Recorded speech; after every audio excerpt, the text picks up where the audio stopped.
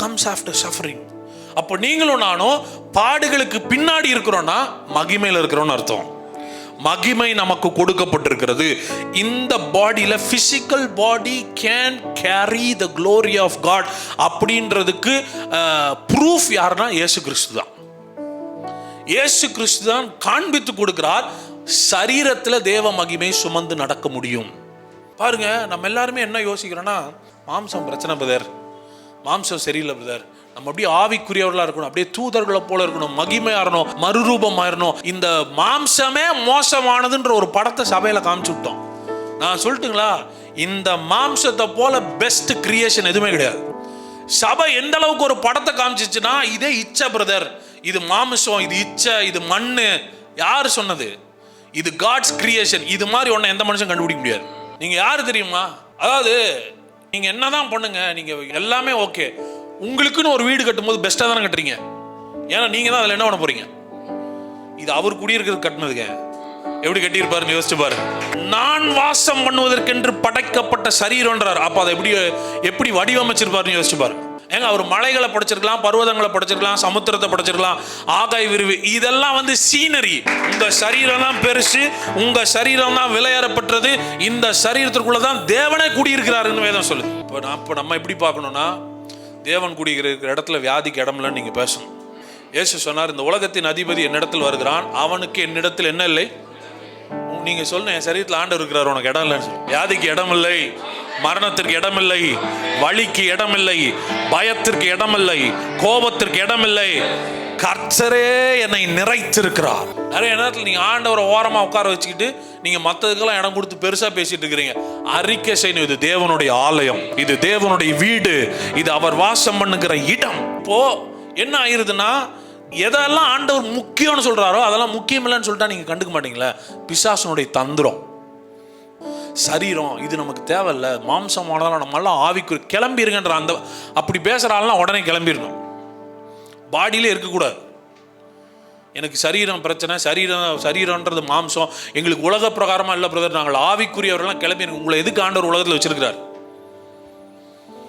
பாடி ரொம்ப முக்கியம். இந்த பாடிக்குள்ள ஆண்டவரே இருக்கிறாராம். இப்போ யோசிச்சு பாருங்க, இயேசு இந்த ஆராதனைக்கு வந்தா எப்படி இருக்கும் பிரதர்? நிறைய பேர் இயேசு இந்த இடத்துக்கு வந்தா, அதான் நீங்க வந்துட்டீங்களா, உங்களுக்குள்ள தான் இருக்கிறாரு, அப்போ வந்துட்டாருங்கிற, நீங்க இருக்கிற இடத்துல அவர் இருக்கிறாருன்ற மாத்தி யோசிங்க. அதுக்கு பேர் தான் மனம் திரும்புறது. மாத்தி யோசிங்க, நான் வந்து அந்த இடத்துல இயேசு இருக்கிறார், இயேசு எனக்குள்ளதான் வாசமா இருக்கிறார், என் வீட்டிற்கு இன்றைக்கு ரட்சிப்பு வந்தது, என் குடும்பத்திற்கு சமாதானம் வந்தது, என் சரீரத்திற்கு ஆரோக்கியம் வந்தது, என்னுடைய மனதுக்கு ரட்சிப்பு வந்தது. காரணம் இயேசு எனக்குள் இருக்கிறார் என்கிற வெளிப்பாடு. தோட்டத்தில் உலாவுனது ஒரு காலம், நான் மேகஸ்தம்பமா வரேன், அக்கினி ஸ்தம்பமா வரேன், உன் பக்கம் நிற்கிறேன், உனக்கு நான் வெற்றி கொடுக்குறேன்னு சொன்னது ஒரு காலம். கூடவே நடந்து வந்து அற்புதம் செஞ்சது ஒரு காலம். இப்போ உங்களுக்குள்ளே உட்காந்து வாழ வைக்கிறது இந்த காலத்தை போல பெஸ்டான காலம் சரித்திரத்திலே கிடையாது. இதை பார்க்க தூதர்களும் ஆசையா இருந்தார்களாம். அவங்க எலிசா எல்லாரையும் பார்த்துட்டாங்க, நீங்க சொல்ற அத்தனை பேரையும் பார்த்துட்டாங்க. ஆனா அவங்களெல்லாம் தாண்டி இப்போ யாருக்காக வெயிட்டிங் தெரியுமா? உங்களுக்காக தான். இவங்க வாழ்க்கை எப்படி இருக்க போகுது? ஏன்னா தேவன் கூட இருந்தப்பே அவங்க வாழ்க்கை அப்படி இருந்துச்சு, தேவன் கூட இருந்தப்பே அவங்க வாழ்க்கை அவ்வளவு மகிமையா இருந்துச்சு, தேவன் சப்போர்ட் பண்ணப்பே அவங்க அப்படி ஜெயிச்சாங்க, தேவன் உலாவனப்பே தோட்ட மகிமையா இருந்துச்சுன்னா இன்னைக்கு குடியிருக்கிறார். இவங்க வாழ்க்கை எப்படி இருக்க போகுது? எங்க வாழ்க்கையை பார்க்கறதுக்கு தூதர்கள் ஆவலா இருக்கிறார்கள். அப்போ இந்த சத்தியம்லாம் புரிஞ்சிருச்சுன்னா நம்ம மனசு இனிமே நம்ம எப்படி பார்க்கணும்னா, அவரே எனக்குள்ள இருக்கிறாருன்னு நீங்க பார்க்கணும். இன்னமும் நீங்க ஆண்டவரை தேடுறதும் கேட்கறதும் கெஞ்சறதும் அப்படி இருக்கக்கூடாது. சூப்பர் நேச்சுரல் வெளியே இருந்தாலும் சூப்பர் நேச்சுரல் உள்ள இருந்து தொடங்குன்றேன். யோவானுக்கு இந்த வெளிப்பாடு இருக்குது. 1 யோவான் 4:4 வாசிங்க. உலகத்தில் இருக்கிறவனிலும் உங்களில் இருக்கிறவர் யாராம்? பாருங்க, அவ்வளோ பெரிய தேவன், உலகத்தை விட பெரியவர். இப்ப யாருக்குள்ள இருக்கிறாரா? எங்களுக்குள்ள இருக்கிறாரு. மாநிலத்திலேயே முதல் அமைச்சர் எங்க வீட்டுக்கு வந்திருக்கிறாருன்னா எவ்வளவு பெருமைப்படுறோம். அவர் எங்க வீட்டுக்குள்ள உட்கார்ந்துருக்கிறாரு. நான் சொல்றேன், உலகத்தையே உண்டாக்குறவர் உங்க சரீரத்துக்குள்ள உட்கார்ந்துருக்கிறாரு. உலகத்திலும் இருக்கிறவனிலும் பெரியவர் உங்களில் இருக்கிறார் என்கிற வெளிப்பாடு, அது எவ்வளோ பிரஷியஸ் திங், அது எவ்வளோ பெரிய பிரிவிலேஜ், அது எவ்வளோ பெரிய கிருபை. அவரே எனக்குள் இருக்கிறார். எனக்காக அல்ல, கர்த்தர் எனக்காக யாவையும் செய்து முடிப்பார். பழைய ஏற்பாட்டில் பேசுறார், கர்த்தர் எனக்காக செய்வார்.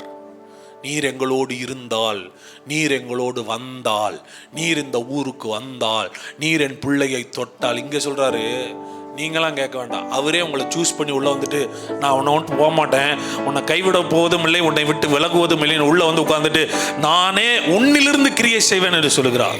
இப்போ நான் சொல்லட்டுமா, ஆண்டவர் உங்களுக்கெல்லாம் செய்யறதுக்காக வரல, உங்க மூலமா நிறைய பேருக்கு செய்யறதுக்காக வந்திருக்கிறார். ஆமென்.